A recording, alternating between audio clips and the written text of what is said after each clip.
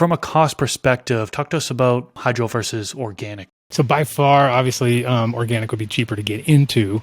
Now, when you start talking about cost per pound and on industrial levels and things like that, after the initial input, because the thing about hydro is you got to buy the system, right? So you buy the system, and then a lot of people, they're like, yeah, but I bought it once and I can just reuse it over and over and over again. So that in their mind is their cost saving factor, right? There's still inputs, right? You still got your cocoa or your rock wool or whatever medium that you, unless you're growing on. So like DWC would probably be the cheapest format of going into it, because you really only have to buy that cocoa block each time, or that rock wool block each time to put on top for the most part.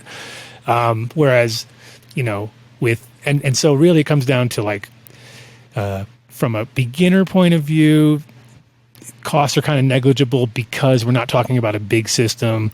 So it might cost a little bit more for hydro, but at the end of the day, like if they were to take their cost per gram or whatever, it would end up being cheaper on organic in the long run, but in the short run, because you can sort of like say, hey, I spent $27 and I got a pound. Okay, so there you go. That's a pretty good ratio. Whereas a lot of times with organic stuff, the initial costs, depending on what you're doing. I mean, if you go to Build a Soil, who's another sponsor of my show, and he's got every range possible, right? You could go. You can also spend quite a lot of money on organic stuff too.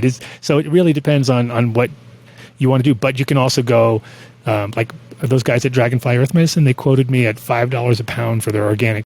That's what their costs are. So $5 a pound is pretty damn cheap. I don't think you're going to get much cheaper than that.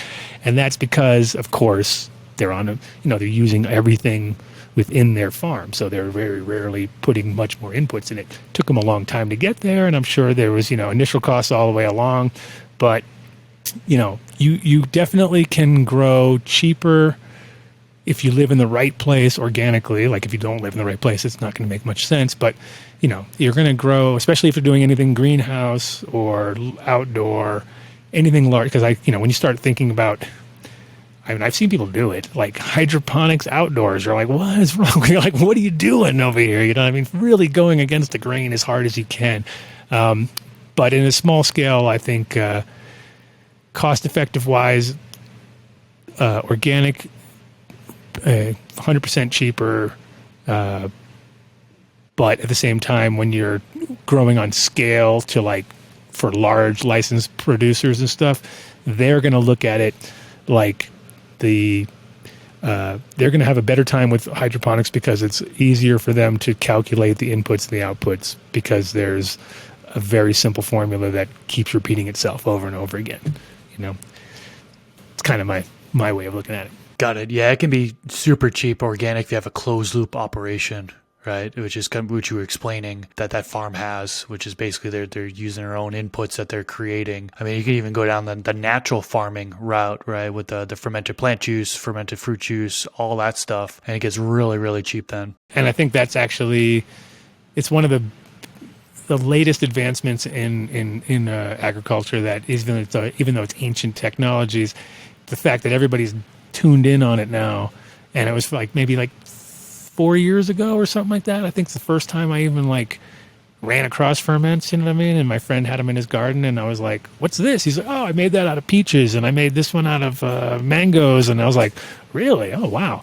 And I, didn't really his gardens were nice, but I wasn't like, oh my God, blown away. But then later, flavor wise, I started to he gave me some from that round, and I was just like, man, this stuff, amazing taste, right? And then so I started to gravitate towards it, and then now, of course, Miles is making some awesome ferments and teaching everybody how to do it, which is really important too. I think that's the one thing, because we have access to all this fresh new material, right?